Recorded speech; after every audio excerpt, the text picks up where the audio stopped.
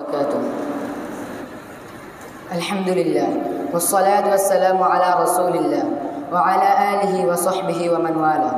أما بعد, النادي الثقافي কর্তৃক আয়োজিত আজকের সাপ্তাহিক সভার সম্মানিত সভাপতি আসতিজায়ে কেরাম ও আমার প্রিয় ছাত্র ভাইয়েরা, আজকে আমার আলোচনার বিষয় হচ্ছে কোরআন সুন্নাহর আলোকে আত্মীয়স্বজনের হক সম্পর্কে।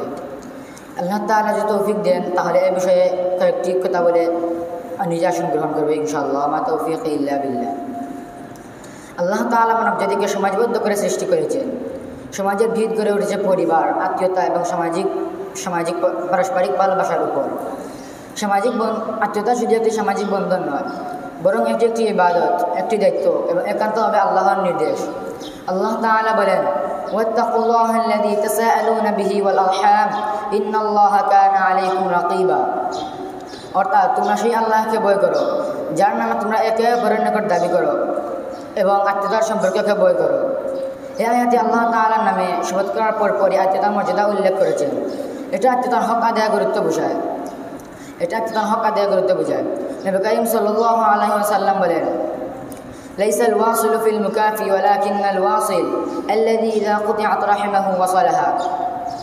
অর্থাৎ আত্মীয়তার সম্পর্ক রক্ষা বলা হয় না তাকে যে শুধু বিনিময়ের সম্পর্ক রাখে, বরং সেই আত্মীয়তা রক্ষা করে যে তার সাথে আত্মীয়তা ছিন্ন করে ওই তার জোড়া লাগায়। আত্মীয়তার হক কি তাই আমরা জেনে আসি। 1. সম্পর্ক রক্ষা করা ও সম্পর্ক বজায় রাখা। 2. সদ্ব্যবহার করা ও দোয়া দেওয়া। 3. খোঁজখবর নেওয়া ও সহযোগিতা করা। কোরআনে বারবার আত্মীয়দের অর্থনৈতিকভাবে সহযোগিতা করার নির্দেশ দেওয়া হয়েছে। আল্লাহ তাআলা বলেন, ওয়াআতিল কুরবা হাক্কা, অর্থাৎ আত্মীয়কে তার হক দাও। 4. মাফ করে দেওয়া, ধৈর্য ধারণ করা। কারণ অনেক সময় আমাদের আত্মীয়স্বজনদের সাথে ভুল বুঝাবুঝি হয়। ইসলামের ধৈর্য, ক্ষমা ও নম্রতাই প্রশংসিত। নবী করিম সাল্লাল্লাহু আলাইহি ওয়াসাল্লাম বলেন, লা ইয়াদখুলুল জান্নাতা কাতিউ রাহিমুন, অর্থাৎ আত্মীয়তা ছিন্নকারী জান্নাতে প্রবেশ করবে না। অপরদিকে আল্লাহর রাসূল সাল্লাল্লাহু আলাইহি ওয়াসাল্লাম আত্মীয়তা ছিন্ন করার পরিণাম বিষয়ে একটা হাদিস বলেন, মান আহাব্বা আন ইউসতা লাহু ফি রিজকিহি ওয়া ইউনসা লাহু ফি আসারিহি ফালইয়াসিল রাহিম। যে ব্যক্তি চায় তার রিজিক বৃদ্ধি পাক এবং তার আয়ু বরকতময় হোক, সে যেন তার আত্মীয়তার সম্পর্ক বজায় রাখে। আজকের যুগে আমরা অনেক কিছুতেই সফল হতে চাই, কিন্তু আত্মীয়তার হক আদায় অনেকেই পিছিয়ে